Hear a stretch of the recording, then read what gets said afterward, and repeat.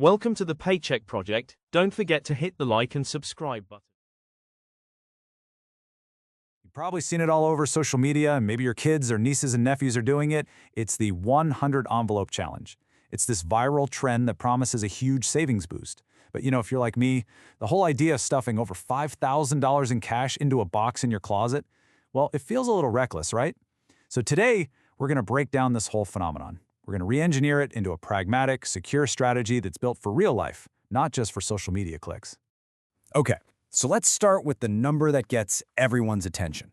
$5,050. That's the grand total you're supposed to have saved up by the end of this thing. And you got to admit, that's an impressive figure. It's the whole reason this trend blew up and went from just a TikTok curiosity to a mainstream financial hack. But that brings up the big question, especially for those of us who are, let's say, a little skeptical of these kinds of trends. Can a system designed for short little videos actually deliver a serious financial result? Or is it all just for show? Well, the answer is yes, it can. But, and this is a big but, not in its original form. We're going to show you how to upgrade it. So here's the game plan for this explainer. We'll kick things off with the promise of the challenge itself. Then, we'll hit it with a much-needed reality check. After that, we'll dive into the powerful psychology that actually makes it work, introduce a secure digital hack to fix all its flaws, and finally, talk about how to turn this one-time thing into a real long-term win for your finances. All right, first things first. Let's understand the phenomenon. What exactly is this challenge, and why on earth did it get so popular? The mechanics are actually incredibly simple. You just take 100 plain old envelopes, and you number them 1 all the way to 100. Then, each day, or week, or whatever schedule you set, you pick an envelope and you put that exact amount of cash inside. So you pick the number 20 envelope, you put a $20 bill in there. By the time you've filled all 100 of them, the sum of all those numbers adds up to that magic $5,050. And the reason it went totally viral? It's all about the visuals. The whole process of cash stuffing, organizing these colorful binders, and literally watching a box fill up with envelopes, it's just perfect for short-form video. It takes this abstract, kind of tedious thing, saving money, and turns it into something tangible, something you can see and feel, and, of course, share. It basically gamified budgeting. But as appealing as all that is, we really need to step back and get practical for a minute.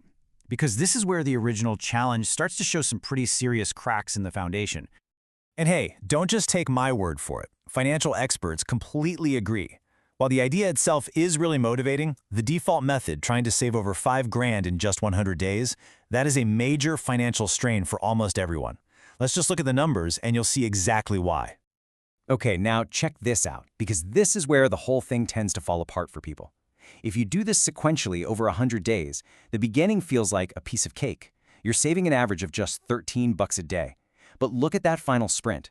In those last 25 days, you have to somehow find, on average, over $87 every single day. And that ends with you having to find $98, $99, and then $100 on the last 3 days. That's a massive, massive jump. And this chart really just puts it all into perspective, doesn't it? That huge spike in how much you need to save is the #1 reason people fail. The challenge is completely backloaded with financial pain, and honestly, for anyone with a normal budget, it becomes almost impossible to keep up. It's practically designed for you to hit a wall. And then there's the other huge issue here, security. I mean, think about it. Stashing over $5,000 in cash in your house is a huge risk. It's vulnerable to theft, you could lose it, it could get damaged in a fire or a flood, and maybe worst of all, that money is just sitting there, dead, earning zero interest. A digital approach, like using a high-yield savings account, just gets rid of all those risks. Your money is FDIC insured, it's secure, and it's actually growing for you. So you're probably thinking, if the physical method is so flawed, why are we even talking about this? Well, it's because underneath all those risks, the challenge taps into some incredibly powerful psychology that is absolutely key to building a savings habit. See, this challenge works because it brilliantly hacks our own brains. It gives us visualization. You can physically see your savings grow, which is so much more rewarding than just a number on a screen. It gamifies the whole thing, turning a chore into a win. It builds a habit with super easy successes at the start, $1, $2, and it seriously reduces the mental effort. You don't have to decide how much to save, you just have to decide which number to pick. It's simple. And that brings us to the solution. How do we keep all that powerful psychology, but ditch the risk and the unrealistic pressure? Well, This is what we call the secure digital hack. So here's the paperless process. It's just 3 steps. First, instead of physical envelopes, just use a simple spreadsheet or even just a piece of paper you can print out to cross off the numbers. Second, and this is the real key, use an online random number generator to pick your amount each time. This spreads out the big, scary numbers throughout the whole challenge, so you avoid that painful final sprint. And third, immediately transfer that amount to a dedicated high-yield savings account. It's secure, it's simple, and your money starts working for you from day one. But you know, the single most powerful change you can make is just adjusting the timeline. Instead of 100 days, try 100 weeks. Yeah, it'll take you just under 2 years, but it makes the challenge so much more manageable. It aligns perfectly with most people's pay cycles and their actual cash flow. This one little change transforms it from an extreme, unsustainable sprint into a marathon you can actually finish. And hey, remember, this whole framework is completely customizable. You don't have to aim for $5,050. If your budget's a little tight, do a halve challenge and save over $1,200. Or try a fractional version just to build the habit and you'll still save $500. The whole point is to use the structure to fit your needs, not the other way around. And that brings us to the final and I think most important part.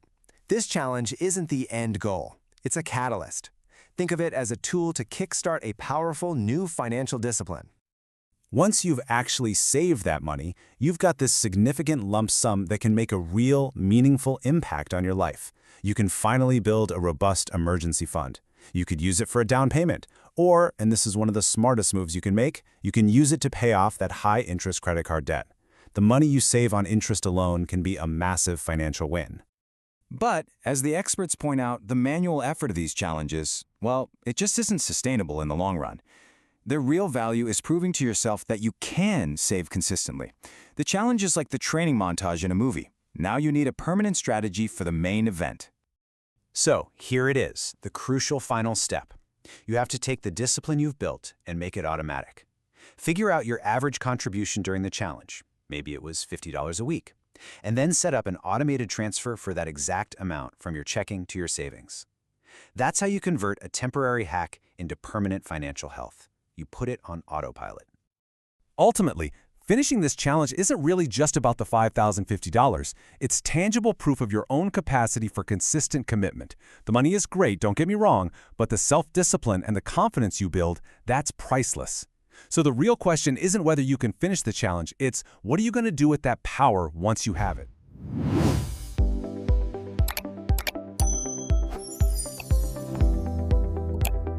Welcome to the Paycheck Project. Don't forget to hit the like and subscribe button.